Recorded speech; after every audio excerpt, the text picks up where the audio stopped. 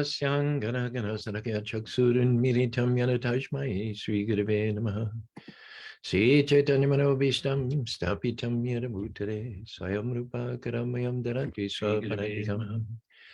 Vandeham Sri Sita Parakamanam Sri Gurun Vaishnavam Sha Sri Rupam Sagadam Sahagana Raganatam Pitam Stam Sidevam.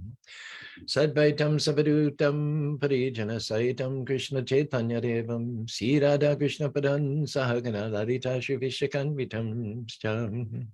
Hey Krishna Karuna Sindhu Dinabandhu Jagatpate Gopisha Gopika Gandha Radhikanta Namostude Jayatam Sarito Pango Mama Mater Mater Gati Matsavashaparam Boja Radha Ramadamaram Seeman Rasarasaram Vibam Siva Karsan Pinashano Bakara Gopinata Sri Sinam Divyad Vrindaranya Kapadrumada Srimad Radhakara Shimasanishto Sri Sri Radha Shira Gopinata Prestadavi Seva Manushmarami Namo Brahmanya Devaya Go Brahmani Taya Chadikari Taya Krishnaya Gopinaya Namo Namah Mangalam Bhagavan Vishnu Mangalam Guru Rajaja Mangalam Panirikacho Mangalayatano Hari Om Narayanaya Vidmihi Vasudevaya Dhimahi Tano Vishnu Prachodhyate Om Mahadevi Vidmihi Vishnu Padhyate Dhimahi Tano Lakshmi Prachodhyate Mahalakshmi Namastubhyam Sare Sare Hari Priya Namastubhyam Daride Tapta Kanchana Gauragira Vrindavaneshwari Vishavana Sute Devi Pranamani Hari Priya Nama Om Vishnu Paraya Krishna Pastaya Bhutare Srimati Bhaktivedanta Swami Ramane Namaste Saraswati Devi Gauravani Pacharine Nirvishesa Sunyori Praskara Desadarine Sri Krishna Chaitanya Prabhu Nityananda Sri Advaita Gadadhar Shivasari Gaur Bhaktivindam Hare Krishna Krishna Krishna Hare Hare Hare Rama Rama Hare Hare. Welcome. Transcendental Tuesday. Welcome, Rob, here on Zoom with me. Jean, Brent, Manasaganga, hi, Bobby, Govinda Dev. What a sterling crew we have assembled this morning. And this morning special, it's now the period of Kartik where we celebrate the Lord, who is acting as the one who allowed his mother to bind him around the abdomen with a rope. Damodar means one who is bound with a rope around the abdomen. In the Mahabharata, when the war was inevitable, Krishna was going to go on the side of the Pandavas as a non-combatant. Duryodhana wanted to take Krishna out of the action, and so he invited Krishna to his palace. He prepared a big feast and dancers and players and actors, a big floor show, like a Vegas floor show. He thought he would wow Krishna and some or other compromise Krishna from his position of adherence to the side of the Pandavas. Krishna accepted the invitation because he took it as an opportunity to plead for peace, a last-ditch effort to talk some sense into Duryodhana. He didn't take any of Duryodhana's hospitality. He didn't sit down for the floor shows, didn't take a morsel of Duryodhana's gourmet food. He simply used the opportunity as a platform to try to plead for peace. Duryodhana not only refused the arguments of the Supreme Personality of Godhead, can you imagine? In the second canto of the Tad Ashmasaram Ridyam Batidam Yad Guryamane Harinamane Navrukiya Yada Netre Jalam Gataru Shuharsha says, who is impervious? Who is immune to the persuasive arguments of the Supreme Personality of Godhead? His voice is like thunder. He's the soul of logic and reason. So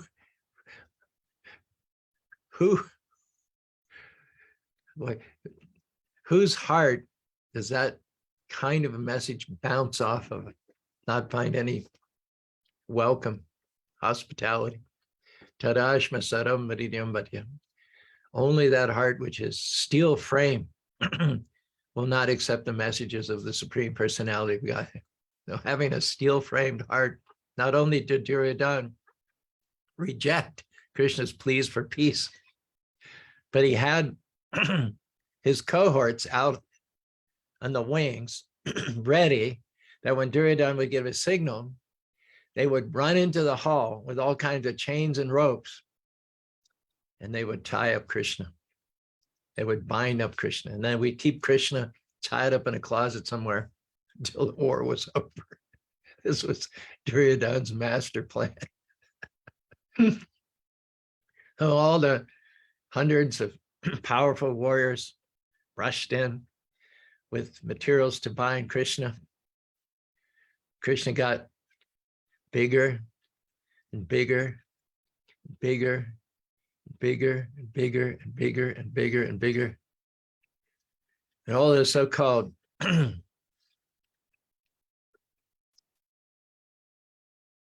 those cohorts of Duryodhana that had his ambition to bind Krishna, they stood there with the ropes dangling in their hands, looking up and up and up and up as Krishna got bigger and bigger. And they realized, you realize what the devotees know from the very beginning. You cannot physically, forcibly bind the Supreme Personality of Godhead. If you are envious of him, then Krishna remains adokshada. He is Maya Javane Kala Cham. The verse that we've been talking about last 13, this is our 13th session actually. Krishna is Agyana Dokshada Avyam. He's pure, he's infallible, he's beyond the range of the ability of the foolish observer to perceive him. Naglakshase Mudha Drishta, the Mudha, the fool, the materialist, like Duryodhana, he cannot see the Lord as being the omnipotent, all-powerful, Supreme Personality of Godhead, and not being able to see the Lord for what he is. They make foolish plans to bind up the Lord with ropes.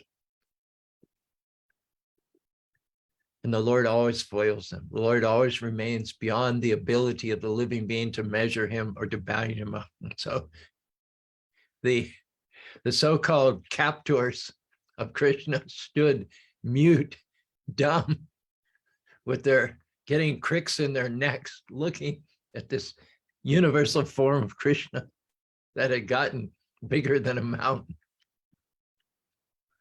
Krishna said, well, I guess you guys don't want peace. And he left the hall. But now we're offering candles to the Lord as Damodar. We're celebrating for this whole month. Lord, having been bound around the abdomen by a rope. So how is that? Duryodhana, with all of his opulence, all of his powerful associates like Karna, Ashwatthama, Sakuni, they were unable to, with all of their power and all their might and all of their opulence and all of their strength, they were unable to bind Krishna, subdue him for their own nefarious purposes. And yet, Mother Yashoda, one lone female, was able to bind Krishna around a big, heavy wooden mortal, and he's celebrated as Damodar, the one who got bound, the one who cannot be bound, the one who is otherwise aja to the mudha, beyond the range of the foolish person to compromise him, to capture him, or to even understand him or measure him. He comes within the sphere of influence of the devotee because the devotee wants to serve him. In her previous life, Mother Yashoda and her husband, Nanda Maharaj, had done penances and austerities for 12,000 years. And as a result of all those penances and austerities, their true identities, their true egos became manifest. We are parts and parcels of Krishna. He's full of knowledge, bliss, and eternity, and we're of the same nature. But he's like the sun, and we're like a particle of sunshine. The sun can never become covered by the sun, but the particle of sunshine can become covered by the sun. So being covered by Krishna's inferior material energy, we, the spiritual particles of Krishna, identify with this material body. As long as you identify with the material body, you remain unaware of your eternal spiritual self.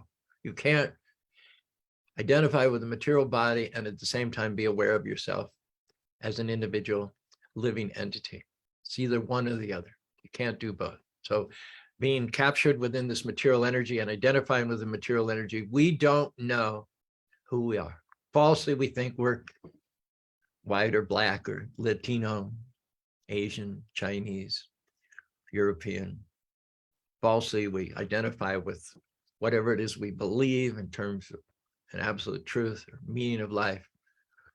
By the mind and the body are simply the coverings, the inner and the outer coverings. We don't know who we are, just in the same way that a man in the dream doesn't realize he's actually sleeping in a bed in Spanish Fork, Utah.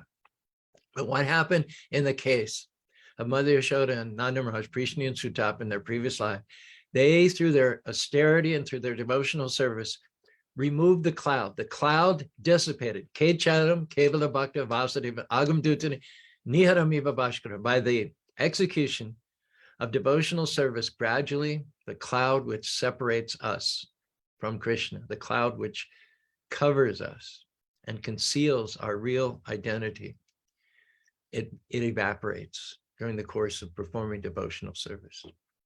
Very difficult to cause that cloud to evaporate. There's nothing we can do, although the scientists have many crackpot schemes to create clouds and to dissipate clouds. When there's not enough rain, they want to create clouds, and when there's too much rain, they want the clouds to disappear. But their efforts are puny. Nothing we can do on earth here to cause a cloud to disappear. But the sun can very easily evaporate the cloud. Niharami Babashkara, so that cloud which covers us, conceals our real identity. It's not exactly eradicated by us in the performance of devotional service, but Krishna, in order to assist, propel his devotee and to bring his devotee back home, back to Godhead all the sooner, Krishna, compared to the powerful sun, he causes the cloud of ignorance, the cloud of illusions to evaporate. So in the course of doing austerities, tapasya, for 12,000 years, Vasudeva and Devaki, as well as Yashoda and Nanda Maharaj, they realized who they were. And who were they? What did they realize? They realized that they wanted to parent God. They wanted to love God in the mood, in the rasa of parenthood. Rupa Goswami explains in the Bhakti Rasamrita Sindhu, the Nectar Devotion, that there are 5 broad categories of identity for each and every living entity. When we're pure, when the cloud covering is dissipated, as it was for the parents of Krishna, Prishni and Sugarva, and we are revealed to want to have our innermost heart's most desire is to either be a servant of Krishna or to be in a neutral position, like grass, and clouds, and trees, and water in the spiritual world, to be a friend of Krishna, like the cowherd boyfriends, to be a parent of Krishna, like Mother Yashoda, Devaki, or to be a conjugal lover of Krishna, after the way of the milkmaids. Prabhupada says the celebrated milkmaids of Vrindavan. As we come up to the light, as we shed the darkness, the covering, and the fog of illusion and ignorance away, we come to realize, we come to be propelled, to be motivated, to be inspired, to have as an ambition to serve the Lord in one of those 5 broad categories. So Yashoda and Nanda realized that they wanted to serve the Lord as parents. It's a very high level of service. You might coin a phrase that John F. Kennedy spoke: ask not what your country can do for you, but ask what you can do for your country. So Mother Yashoda, in her previous life, asked not what God could do for her, but she wanted to know what she could do for God, how she could serve God, not be served by God. Most religious, pious people go to the temple, the church, the mosque, the synagogue with their shopping list. God, I want this, I want this, I want this, I want this. They want to make God their servant. They want to make God their step and fetch it. And God may do that to a certain extent, but he loves you too much to leave you in that feeble mentality. Mother Yashoda wanted not to know what God can do for her, unlike 99.9% of the religious people, but like a very rare few special devotees of the Lord, she wanted to know what she could do for God. Manushanam sahasrashu kashtidya yatadharam kashtid mam vedita. Out of thousands of people, hardly any are interested in the absolute truth or a higher meaning of life. And of thousands, only one among thousands will be interested in it. Out of thousands of those, only one will take practical steps, practice the discipline, the self-control, which is necessary to visualize spirit. And out of thousands of those who know their spirit, who know their Brahman, there may be only one who knows that as a spirit, we are constitutionally, internally parts and parcels of Krishna. And out of thousands of those, one may aspire to parent Krishna, to feed Krishna, to clothe Krishna, to watch after Krishna, to protect Krishna. Krishna doesn't need any of that. But this is who the devotee is. This is the way that Krishna made Mother Yashoda. This is the way he wired her. She is wired, she's created as an eternal living entity to serve as the parent of Krishna. Krishna did that. Krishna created that. Krishna tilled the soil. He planted that seed in Mother Yashoda that she would be his parent. So what does that tell us? That means that Krishna is prepared to act as the son of Mother Yashoda in order to fulfill the innermost desire of our heart, which he put there in the first place. So at the time he created her as she was, he also excitedly anticipated being able to enter into the role of her child. And when Mother Yashoda finally got Krishna placed in her bed by Vasudeva on the night that he made his appearance in this world, from then on, she had such a child that nobody has ever had a child like that in the history of the world. Krishna is saying to Mother Yashoda, you wanted me as a child? You wanted that meditation on me, taking care of me, feeding, taking care of all my needs. So I am going to be such a child like there was never before in the history of the world. Krishna was so mischievous, so naughty, constantly. You know how even a normal child is always demanding the attention of the parent. I want this, I want that, give me this, give me that. All it is a play for attention. So Mother Yashoda had actually prayed, I want Krishna to absorb all of my attention. I don't want there to be a second in a 24-hour day when I am not being made some demand upon by Krishna. So that desire was fulfilled in spades. Krishna, nobody in the history world was more naughty. Nobody in the history world was more mischievous than Krishna. In fact, Krishna played his role so well that he backed Mother Yashoda in a corner, so to speak. She's going about one day, her household duties, boiling down milk to make sweet rice for Krishna, cleaning, doing all of the things, making sure Krishna's room is nice and aromatic and clean, and laundering his clothes. Something's on the fire for him cooking. But Krishna is being typically, maybe even more so than normal, naughty. Mother Yashoda is not able, she's starting to get a little frustrated because she has her service and then she has Krishna. It is said by none other than Lord Shiva, the greatest devotee of Krishna, Tadiyanam Samachanam, Aradhanam Sarvasham Vishnara, Tajmai Paradam, Tadiyanam Samachanam. The Tadiyanam, the items which you use to serve Krishna are even more worshipful than Krishna himself. So in order to serve Krishna, Mother Yashoda had a broom to clean the house. She had implements to launder Krishna's clothes. She had cooking pots and she had a stove to cook nice things for Krishna. So she was in the process of worshiping these items, which are connected with Krishna. They are the means through which we serve Krishna. Without them, there's no service. So her service was very intimately connected with pots on the stove, cleaning implements, laundering implements, apparel, sew and needle to repair, everything that a mother uses in order to serve and promote the well-being of their son. So that was her connection. But here is Krishna, the object of all that service. And he is acting so mischievously and so naughtily that she can't do her service. Because of Krishna's demands, the milk is boiling over, and everybody who's ever cooked knows when the milk boils over, what a mess. Oh my gosh.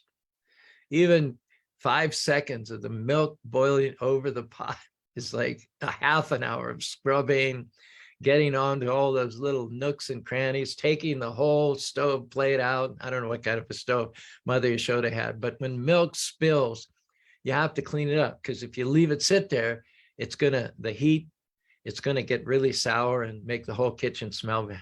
So she's worried about the milk that she was cooking for Krishna overflowing, spoiling the cleanup job.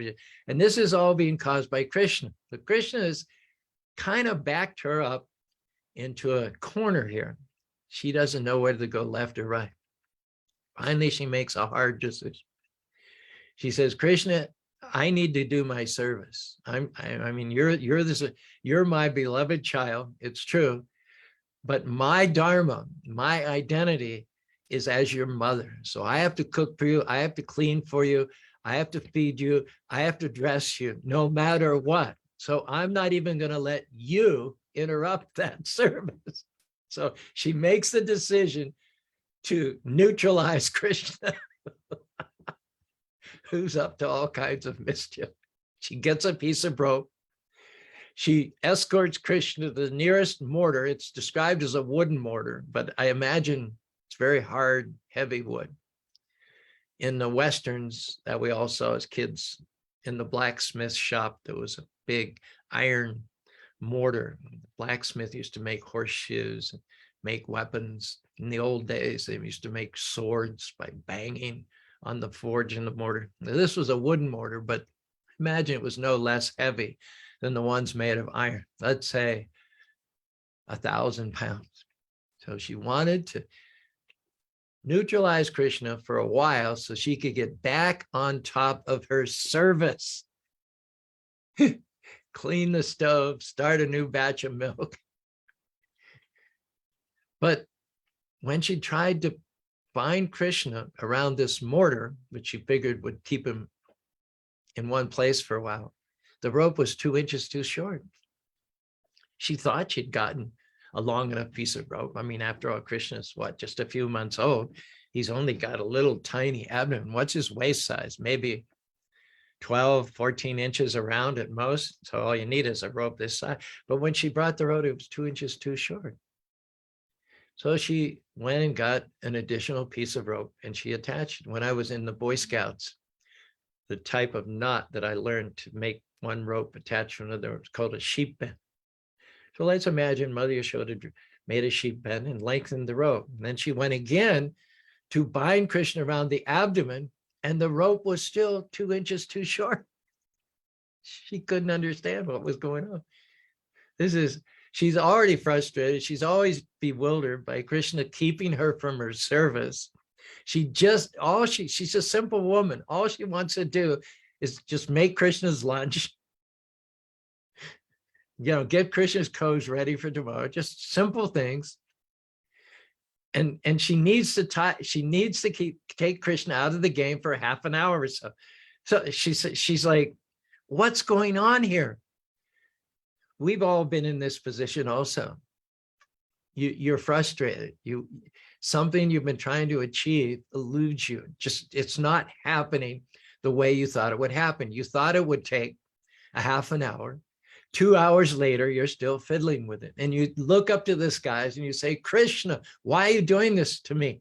I'm only trying to serve you. We think that if we're trying to serve Krishna, then everything should go smoothly. Every action should be done quickly and efficiently, not drag on. There should be no unforeseen circumstances, no curved balls, no surprises. Because after all, I'm serving Krishna. Krishna is the Supreme Personality of Godhead. So he's going to pave the way and make my life easy from now on. Big mistake. You really got Krishna wrong. You made a miscalculation there. Krishna is not going to make your life easier. Why? Because he wants to build your patience, build your trust, and build your faith. If you have everything the way you want it, when you want it, how is your faith going to kick in? How are you going to build up your trust? How are you going to become mature as a spiritual person? No, Krishna does not make life tiptoeing through the tulips when you're serving him. Oftentimes, he intentionally orchestrates delays, difficulties, dead ends, just in order to mold you and make you. The truth be known, Krishna is not that much interested in what we're doing. He's much more interested in what's happening to us while we're doing it. The results of devotional service, especially in this material world, are going to be temporary. Anything that you do for Krishna is going to be dissolved in the due course of time. It's going to be dissipated like a sand castle on the beach. So what's really happening when you do service is that Krishna's preparing you. He's maturing you. He's growing you. He's teaching you so that you can again be worthy to enter into the spiritual world and take your place as his parent, as his friend, as his lover, as his servant, or even in a neutral position. Krishna wants that more than we want. And everything that happens to us is to that end. And harmful things, challenging things, things that come against us are actually more useful tools in Krishna's arsenal to get us back home, back to Godhead more quickly than having things go our way, even when we just want to serve Krishna. So we've all had those, Krishna, why are you doing this to me? I just want to serve you. Yes, but in the service, you have to learn trust. You have to learn faith. The Mother Yashoda the thought must have crossed her head. Krishna, I just want to make your lunch. I just want to get your clothes ready for tomorrow. I just want to clean your room. Why are you doing this to me?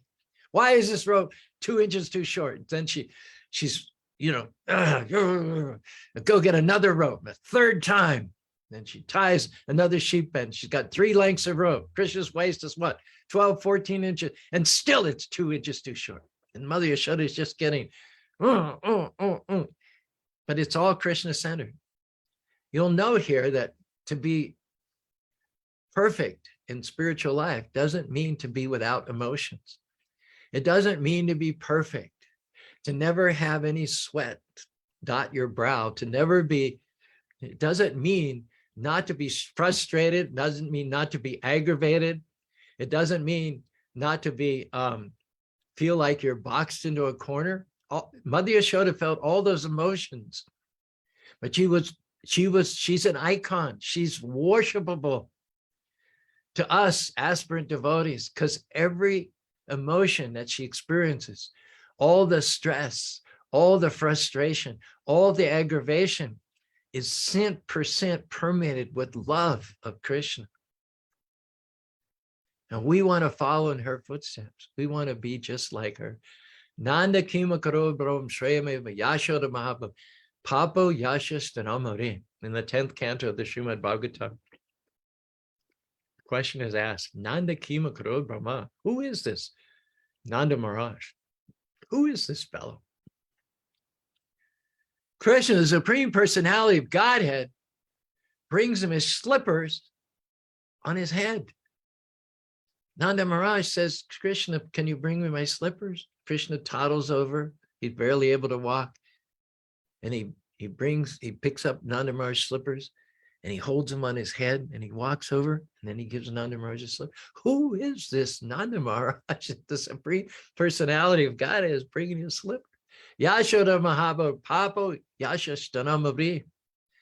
And this companion, this spouse of Nanda Maharaj, how many pious activities she must have done for how many thousands of years to get the supreme personality of Godhead sucking the milk from her breast. And not ordinary. They're more worshipable than Krishna for us, the devotees. Just like I said, like for Mother Yashoda, the utensils of her service were more important than Krishna himself, because that's who she was. That's how she served Krishna, by cooking and dressing and cleaning. So her utensils were worshipable for her. So similarly for us, Mother Yashoda, Nanda Maharaj, they are worshipable.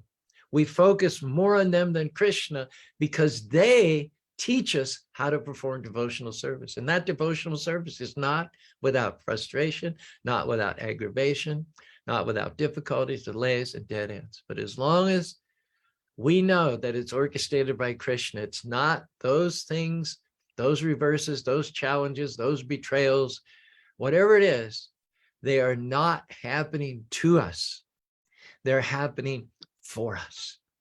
Krishna has taken us under his wing. Krishna is making us and molding us. Srinvatam Shrakata Punyashravam Ridanshra Vidunatisana. As we take up and get more deeply and deeply into the process of hearing the glories of Krishna from the lips of pure devotees, we remove the cloud-like covering of darkness and become distanced from the influence of material nature.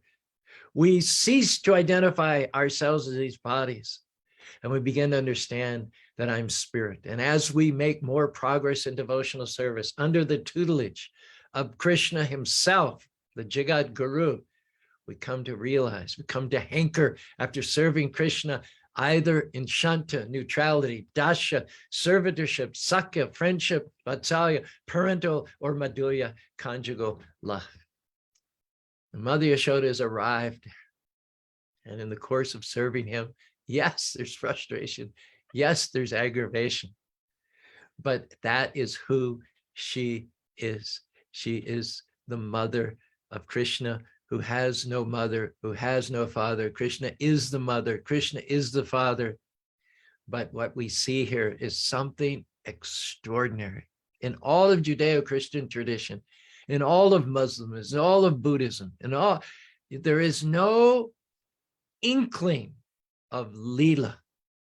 God is a manager, God is doing this, God is doing that, God is all powerful, God is the creator, God is the destroyer, you better fear God, let's worship God or else. But when you think about it, God himself would not have to do anything. The whole management business is not God's wicked. Because he's God, he just creates millions and millions of Vishnus. And he says to Vishnu, you be God, I don't want to be God. In the sense of management, creation, maintenance, and destruction of millions and millions of universes, and even the spiritual world itself, basically Vishnu is in charge. Krishna empowers Vishnu, and Krishna steps back, plays his flute with the sole purpose of playing. What else would God have to do? Think about it. If God had to manage personally in his original, he wouldn't be God. That is the beauty of being God, the all-powerful Swayam Bhagavan, Param Brahma, Param Dharma, that because you're God, you don't have to do anything. What do you want to do? You'll want to play with your most intimate devotees in 5 different categories of relationship. So Krishna, not only is Mother Yashoda fully acting out her innermost heart's desires by chasing after Krishna, sometimes disciplining Krishna, loving Krishna in many, many millions of different ways. But Krishna himself is so excited. He's so happy to have the opportunity to play the role of Mother Yashoda's son. And he's never runs out of ways to try her and to test her and to draw her attention to him. Just like what motivates most actors on stage? What motivates most celebrities on the silver screen? They are very good at, and they're very attracted to drawing people's attention. Isn't that what the whole acting profession is about? That by your costuming, by your words, by the way you look, by the construction of the plot itself, everybody's sitting on the edge of their seat with bated breath, seeing what's going to happen to you next. What are you going to say next? Where are you going to go next? And you're just playing the role. That's all you're doing. But you're playing the role so well that people's disbelief is suspended. They're totally absorbed in what's happening to you on stage. And Krishna delights in the opportunity to play the role of the son of Mother Yashoda. But he realizes at this point that Mother Yashoda is on the edge of becoming undone. Mother Yashoda doesn't know what to do right now because the rope is always 2 inches too short. The milk is boiling over, continues to boil over. The house is a mess. Mother Yashoda starts to perspire. She's tired with all this running back and forth with the rope business. She's reached the end of her rope. So what Krishna does is he realizes, okay, enough is enough. And the next time Mother Yashoda brings a length of the rope and connects it to the other ropes, it meets, it overlaps. And Mother Yashoda, oh, finally, she ties it and puts Krishna to one side. And then she goes back to take care of the havoc, to try to reconstruct the house after Krishna's roared through it like a tornado. Now, in all of this, Krishna is acting just like an ordinary child. Acting with emphasis on the word acting. No ordinary child ever acted as mischievously as Krishna has done, but he nevertheless did not display any supernatural powers. That all the pranks that Krishna did were only with the purpose of binding Mother Yashoda more and more to him in love. Now that Mother Yashoda has turned her attention back to the house and she's forgotten Krishna, quote unquote, for the moment, Krishna is going to do something extraordinary. Notice he doesn't do it in the public view. Everybody in Vrindavan is related to Krishna in love. They're under the illusory potency called Yoga Maya, where they put aside intentionally, with premeditation, they put aside any thoughts of Krishna's majesty, of Krishna's power, because they all have the protective nature. They all want to protect Krishna. They all want to think of Krishna as their nephew, their child, their cousin, their friend. And the flow of their love is dependent upon this familiarity with Krishna. And Krishna awards that through the particular type of illusion called Yoga Maya. And so he doesn't do very often anything supernatural in Vrindavan. And when he does it, it's because he does it surreptitiously. He does it quietly. And so he, for a long time, has been aware that these 2 big Yamalarjuna trees in the courtyard contained the personalities of 2 powerful demigods named Manukavera and Nalikagriva. They had been the sons of Kuvera, the treasurer of the demigods, born the sons of fabulous rich men, as often happens with the sons of rich people. They got dissipated. They got addicted to wine, women, and everything else that goes along with it. And so in their previous life, they had been intoxicated They had been naked. They were in the company of other naked young ladies sporting somewhere in the woods, in the water, when who should pass by but Narada Muni, the great sage among the demigods. So the ladies at least had enough presence of mind to cover themselves modestly. But Nalakriva and Manigriva were so drunk, so far gone, so shameless, that fully exposing themselves, they made idiots of themselves. Hey, Narada, how's it going? Come on over and have a drink. Narada, my old buddy. How sloppy drunks get. They were sloppy drunks, and they didn't even have enough shame to cover themselves, their private parts. So Narada Muni said, you guys like to exhibit yourself? You guys like streaking naked, showing things that should not be shown in a public way? Then to fulfill that desire, I curse you to become trees and stand for thousands of years, naked, in the pinching winter as well as the scorching heat. Then the two brothers got shocked, and they came to a little bit of level of sense, and they bowed down before Narada Muni and said, Narada Muni, we're sorry. We're sorry. It's wealth, intoxicated. We lost our common sense. Is there any way you can take the bite out of this curse? Is there any way you can mitigate it? And Narada Muni said, Krishna will appear a few thousand years from now. And when Krishna appears, he will liberate you from those tree bodies, and you can go back to your position of favor and influence.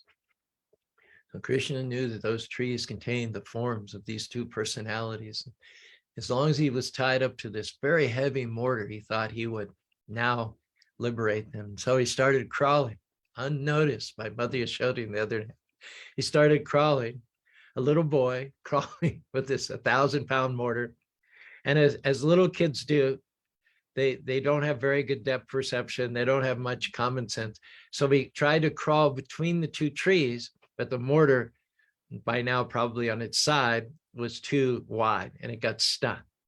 But rather than Krishna's progress being impeded, Krishna is all powerful. Doesn't matter whether he's exhibiting the body of a 3-month-old child or a 7-year-old child when he lifted Govardhan Hill. Doesn't matter that he's exhibiting an infantile body. He's still all powerful. There is no limit to the powers of Krishna. And so rather than the mortar getting stuck between the trees, Krishna continued his progress.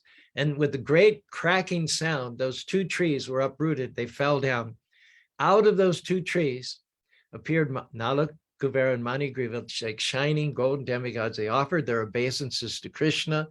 They thanked him for releasing them from the 1,000-year-old curse, and they went back up to the heavenly planets. And only some of the small children saw this incident. They saw the golden forms. They saw them bowing to Krishna. They saw them going out. So when the adults came running, they saw baby Krishna tied to a mortar.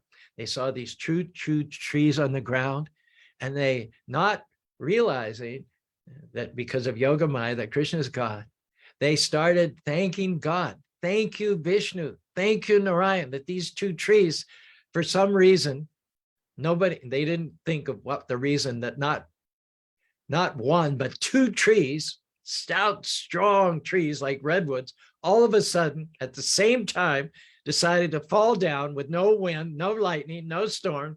They didn't consider that Krishna might have been the one that knocked the trees over. That wasn't on their radar. They started thanking Narayan that while these two trees just simultaneously, healthy, strong, with roots maybe 20 feet down, just all of a sudden decided to fall down. Thank you, Vishnu, that the two trees didn't crush Krishna, who was nearby. And the little Krishna's friends said, yeah, Krishna knocked down the trees, and then these two golden figures came out, and they had a conversation. They bowed down to Krishna, and then they went up in the heavens, and the adults said, yeah, sure.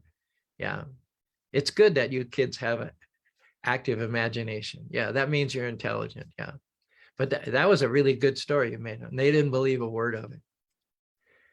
Krishna shows his supernatural powers only obliquely, only covertly, because it interrupts the flow of uninterrupted and unmotivated love of his pure devotees towards him in Vrindavan, in Gokul. So those are our thoughts today. It's 8:15, so our time has expired. Tomorrow, we'll get back to talking more about Lord Brahma and his connection with Krishna, how Krishna satisfied Lord Brahma in many of the same ways that he satisfied the innermost desires of Mother Yashoda. And our promise is that he will satisfy the innermost desires of your heart as well, provided that you continue to serve him, continue to take his help and direction, and continue to grow your trust and faith in the all-powerful personality of God. Wow, somebody's giving a lot of hearts and a lot of thumbs up. We appreciate that. John Malik, thank you. I realized that you called yesterday and left me a message, so I will get back to you also. He says in his comment section, if you live a spiritual life on this planet, you will achieve all your goals. Shukshma is tuning in from Connecticut today. Every day she's in a different state, driving a different vehicle. That's what she is. She's a professional driver. And she stops in for lunch whenever she's passing through Utah, which is 3 or 4 times a year. Thank you, Sukshma, for being a dedicated listener. Kusham, Demon, Hare Krishna. Blessings from Lord Gopal on you also. Bhakta Gary, always here, always steady. Thank you so much, Gary. Ram Kishore says his Bhakti Shastra presentation to finish his course was on this topic. Is it already done or is it yet to come? Interesting. We had nice Kartik greetings through the internet from Ram Kishore yesterday with a beautiful picture of Krishna and Mother Yashoda attempting to bind him. For the next 30 days, we'll be offering lamps every evening for the Arti to Krishna in his form as Damodar, who can only be bound with ropes of love. Jay, good morning. All glories to Prabhupada. Rakesh, please accept my obeisances. Glories to Prabhupada. Govinda Dev, thank you for joining. Bye, Bobby. Manasa Ganga, Jean, and Brent. The only thing left remaining to be done. Thank you, Ram Kishore, for all those fireworks there. That's heartwarming. Rob, are you there? And do you have any hashtags for today? And will you send them to me shortly after we close our broadcast? Hare Krishna, Prabhuji. Yes, I will. Thank you for the class today. It was wonderful. So the ones that I got is to bind Krishna with a rope, only a devotee has a hope. Then a couple that aren't really rhyming, but were still good takeaways. Krishna is only bound in love. Mm-hmm. Seek to serve, not to be served. Mm-hmm. Mm-hmm. And give Krishna the attention with loving intention. Krishna the attention with loving. And what was the first one again? First one was to bind Krishna with a rope, only a devotee has a hope. Nice. You'll send those to me? Yes, Prabhuji. Okay. I will include them on our Facebook post. Thank you. This has been Transcendental Tuesday. We always enjoy spending time with you and discussing the pastimes of the Supreme Personality of Godhead, by which our hearts become purified. And we end up uncovering our real relationship with Krishna and entering into an eternal, intimate, loving relationship with him, following the footsteps of great devotees like Nanda Maharaj and Mother Yashoda. Hare Krishna, Hare Krishna, Krishna Krishna, Hare Hare, Hare Rama, Hare Rama, Rama Rama, Hare Hare.